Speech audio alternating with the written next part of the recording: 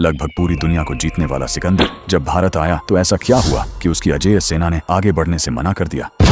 326 ईसा पूर्व दुनिया जीतने के बाद अब उसकी नजर भारत पर पड़ी। जब सिकंदर भारत में आया तो उसे सिर्फ एक नदी पार करने में ही हफ्तों लग गए, क्योंकि सामने चट्टान बनकर खड़े थे महान राजा पोरस। इसी झेलम नदी के किनारे लड़ा गया इतिहास का वह भीषण महायुद्ध, जहां एक तरफ था सिकंदर और उसकी अजेय सेना, दूसरी तरफ थे राजा पोरस और उनका अडिग स्वाभिमान। कई हफ्तों तक माइंड गेम चलता रहा। सिकंदर बार बार नदी पार करने की कोशिश करता, लेकिन पोरस हर बार उसका रास्ता रोक देते। तभी सिकंदर ने नई चाल चली। हर रोज वह नदी किनारे आकर ढोल बजवाता, लेकिन आगे नहीं बढ़ता। पोरस की सेना को लगा ये सिर्फ थकाने की चाल है।